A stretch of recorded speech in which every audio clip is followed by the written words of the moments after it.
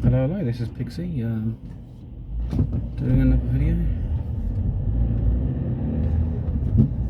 Bit of a MGTOW, I guess. Probably got more sky than I aimed for in this video. I just recording outly because I'm off to work, so even though I record videos on the way to work or doing stuff, I try to keep it separate from actual work completely. But then some of it crosses over because, you know, life teaches lessons.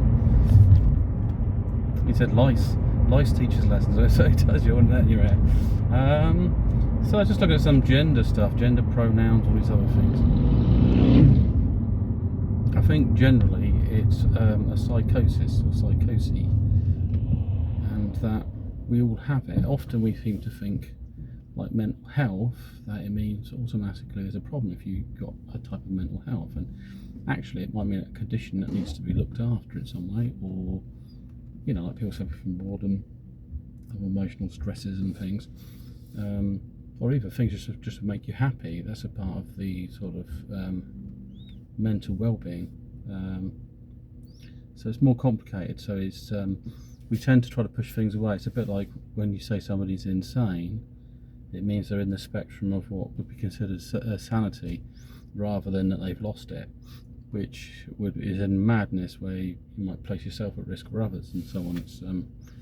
It's a more of a kind of extreme state of mind, and everyone's different anyway, but there's a lot of it is psychosis, and I think the fear of using that sort of language means that we start coining other terms, like somebody says they kind of, you know, fluid, gender, this, that, all sorts of things. They can be whatever they like, but it comes down to like a template, and I think it's past a certain point you probably cement that template to a certain degree, and like you have preferences and things, but, you know, it comes to who you fancy, how you appear, what your favourite foods are, anything like that. It comes into this like formula or this algorithm that you've set up.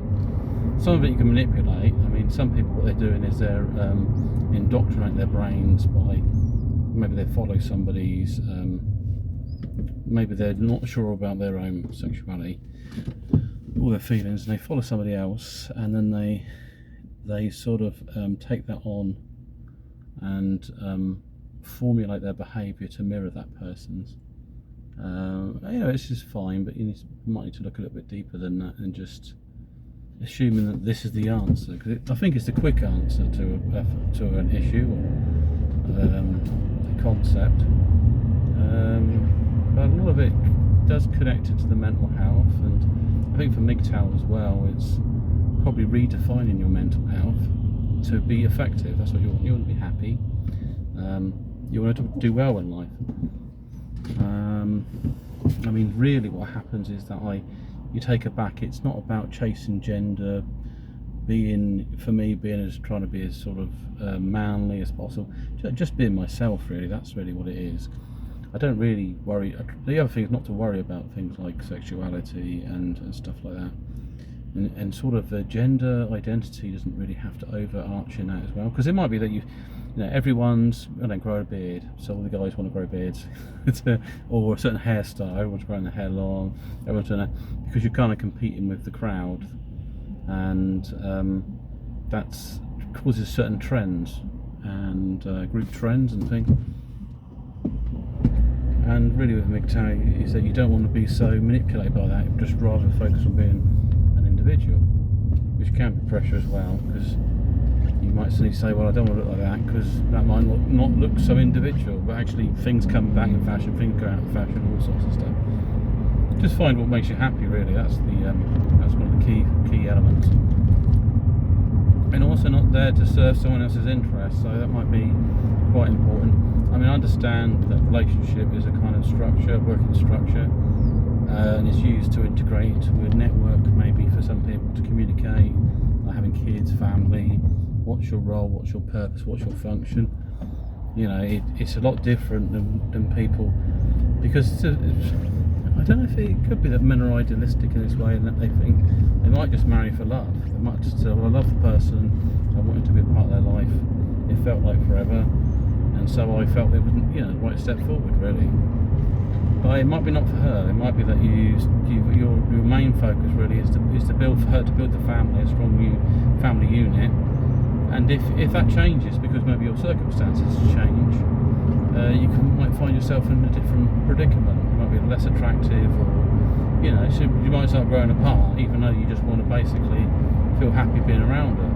You might realise that you're giving more of yourself than you realise, and you're probably getting less out of it. So there's a lot of people get married and they feel quite lonely and isolated. And it's a difficult one because once you've invested money and you share property together and all sorts of things, share memories and friends, it's probably hard to figure out how to decouple from that situation. You might stay in that relationship and seek something from outside of the relationship, but it will only be a kind of a temporary fix to basically the well-being of the person. She's looking for something else. She wants something that stimulates her mentally. The guy might want something that stimulates him differently.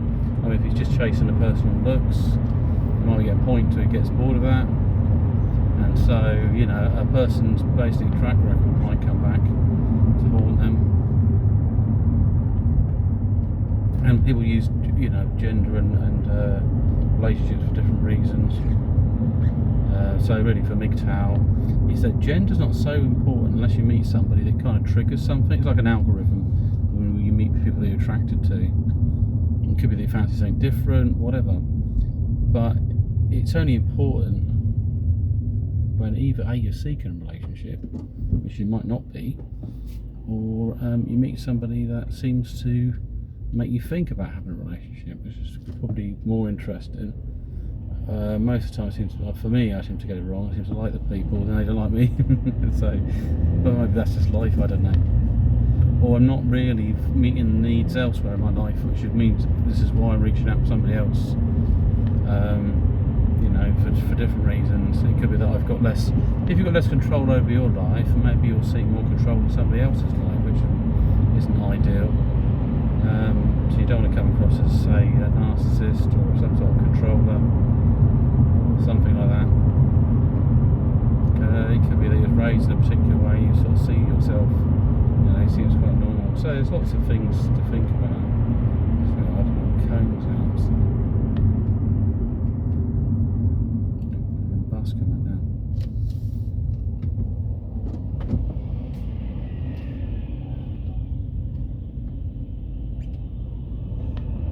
But yeah, there's lots of stuff people wanting to be called like animals or something completely different. But why are they doing that? It's because they want to be a part of some trend or movement. They want to be validated, valued, or seen important. But I just think they're overanalyzing that as actually being important. Probably because they're young. Most people would be quite young and present themselves like that. As you get older, you're not really so worried too much about relationships and things so much. Maybe at a younger age. It's just kind of because the videos basically they seem to be sort of younger people and obsessing about things that don't really need to be worried about. But I mean, it can do, but I think they just create their own blooming work. I saw a woman the other day, and she said, "Well, a woman's work's never done." Why isn't that the same for men? I said it's because a man's work is always done. I mean, if a man does a job, he tries to complete it, and that's that. And I realised she's creating a lot of extra work for herself. And if that's her happiness, fine. It's like she's got lots of little toy dogs, but they must be keeping her on her toes, basically. They're like kids, so it's like taking on. They might be small, but they still all have needs and demands. And there might be some other reasons why she's like breeding them and getting involved in these other things.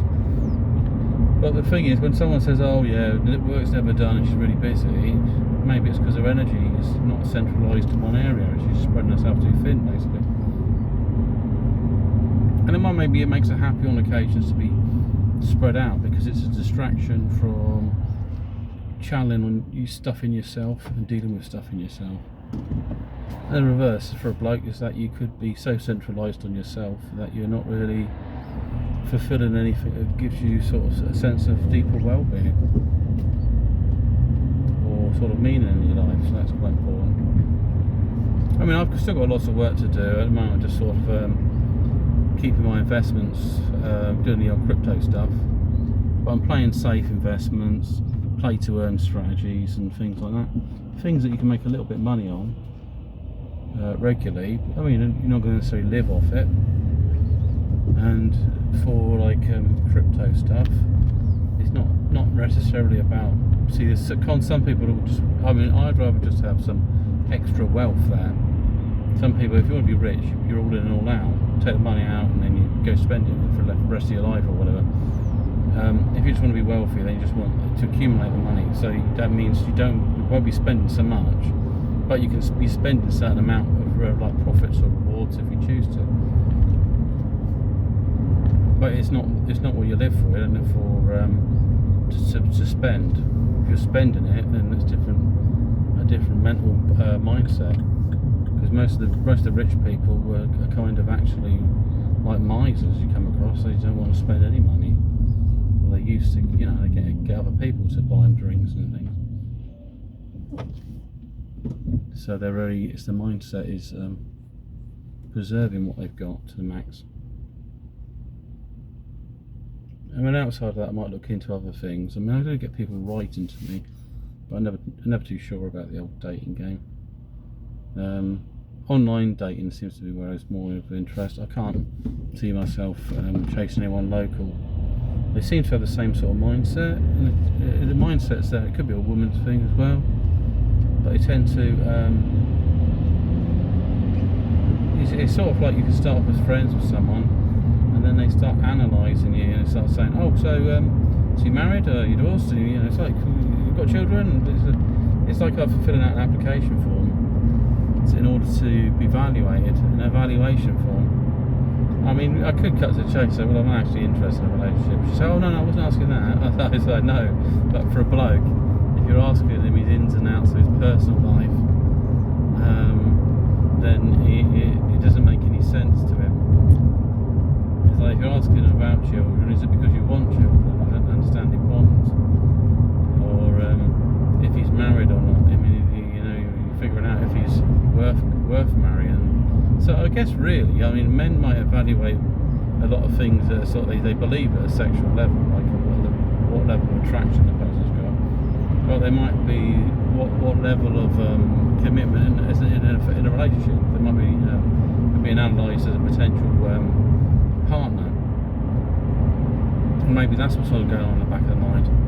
Because it's often I get told. I mean, some women turn around and say, says, oh, me and my husband are married, and they sort of slip that in there, which I guess is important to them, and it's useful to know that, because then you don't have to think about anything else in that context. But it also seems obvious, because as you try to get to know them, they just put in a little barrier up there, oh yeah, my husband's always doing stuff like that. And so, okay, right, you got a husband, yep, no problem.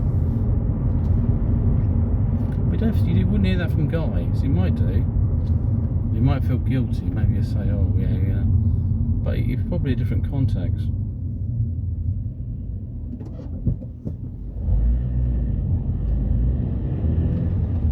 Because he's not really worried about it, I guess, so much. He hasn't got to defend it, or he's not scared that a woman's suddenly going to go wild for him.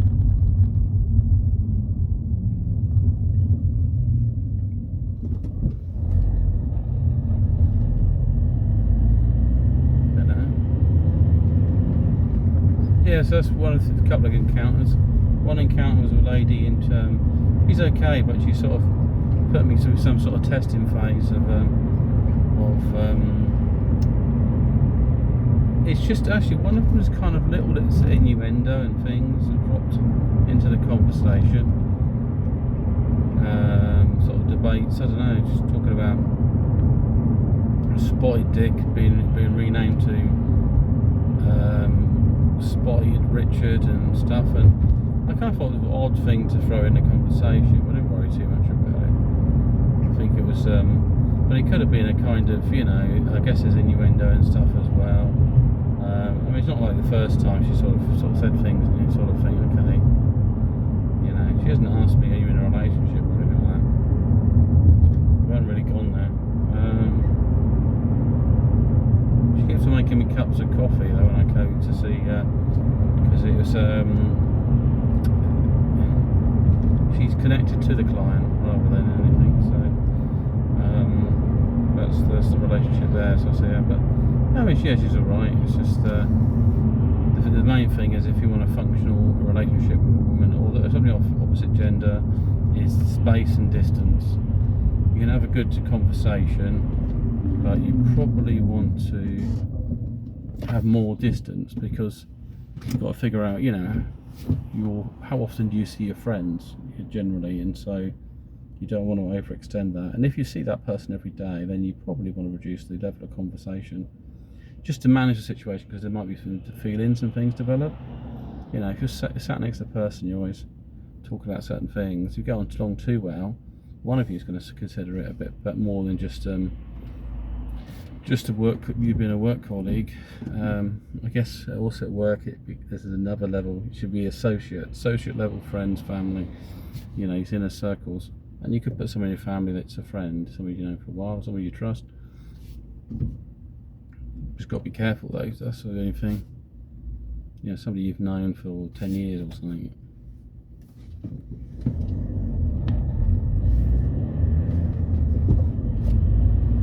But yeah, that's it, managing distance. And often I found with friendships with women, it's only when they want something. So they might want me to, fix a telly or something, or something's wrong with a computer or something like that. Otherwise they won't make any contact. I could drop them an odd email here and there, but it's just a bit pointless.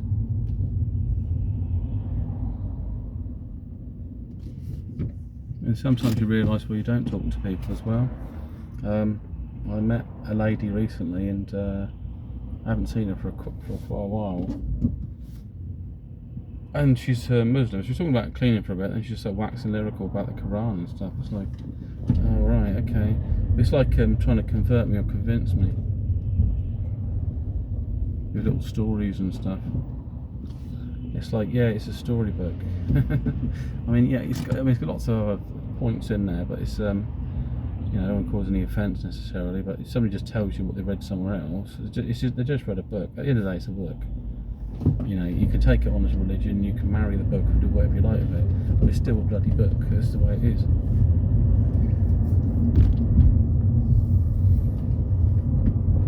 And I mean, that's where it comes back to what you call, it's what I call fundamentalism, what you actually are. So when somebody says a fundamentalist of Islam and terrorism, I don't understand that at all, because if you're fundamental, it's how, I mean, not unless the book says, be a terrorist, it's not fundamental to it, or misquote sections of it, or just pull chunks of it out that fit your agenda of genocide. I mean, I guess you could be a fundamental psychopath. It's kind of like what you use as the tools to deliver is entirely up to you, but I wouldn't use it as a screen to say, oh yeah, this is the way, because it's like, well, really, why doesn't everyone else do this sort of stuff? And then it comes back to another thing, pragmatism. Does it work? What's most effective for you? And also, is it healthy? Is it promoting goodwill? Is it promoting something that makes you a better person? I mean, fundamentally, it's not. It's worthless, really, isn't it? No point holding on to things that make like you're a sinner, you're this or that. Whatever faith it is, you're lesser in some way. It's like, well, how's that going to help you? One thing being humble, but something suggesting that, something like, I don't know, because of Adam's and Eve's behaviour, you're going to be punished. It's like, nah. Simple as that, I don't know. So when I'm mortal, that's about it, really. I mean, that all comes back to it's a book of books, the Bible, and it's been sort of put together, and I guess every other religion's done that. I mean, I did read some stuff into the Quran, and it seemed a bit kind of, it made reference to, oh well, the Christians do this, the Jews are always complaining, but we're better because we don't do that. I think, really? But you can say that, but is that actually true? It seems like all people all people suffer the same plights, basically. There's always want to be in control. There's always a desire for power, and there's a lot of people who always think they're right, even when there's no evidence to it. And even me, I mean, I'm not always right. I could be talking about coppers here, but I mean, at least I'm honest about that. I don't have an issue with somebody not following a thing.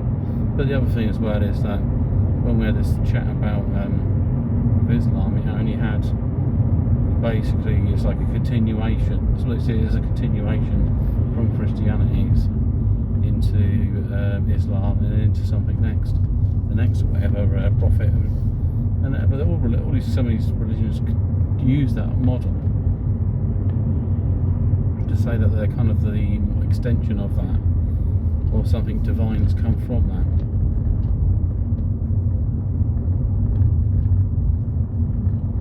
That's just the way we are. I think the same patterns and cycles repeat. You just see what them patterns are and make sense of them. You can sort of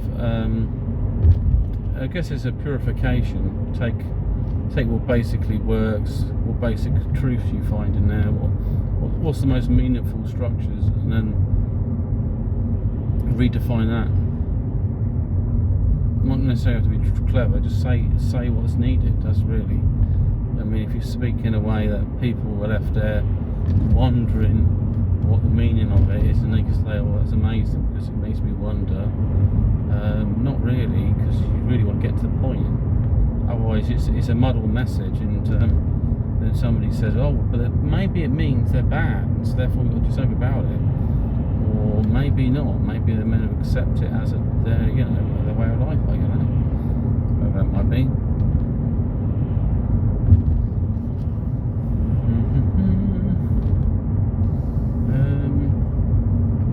So yeah, I think identity, the problem is that people are putting up stereotypes, and they're trying to create new stereotypes, and they say, well, we like to be called certain pronouns and memes and stuff, and if someone said, I call you what I think I need to call you based on it. I mean, I'm not seeking to offend you, it's just I'm not going to be wrapped up in wondering, should I call you a bug or something, or a moth or something like that, something really weird, somebody was talking. Because that's what they prefer to be called. It's like, I don't understand what you're trying to achieve. Trying to deprogram society and reprogram it in a way that kind of is a... The other thing, it's a bit like... I got asked once why people do graffiti.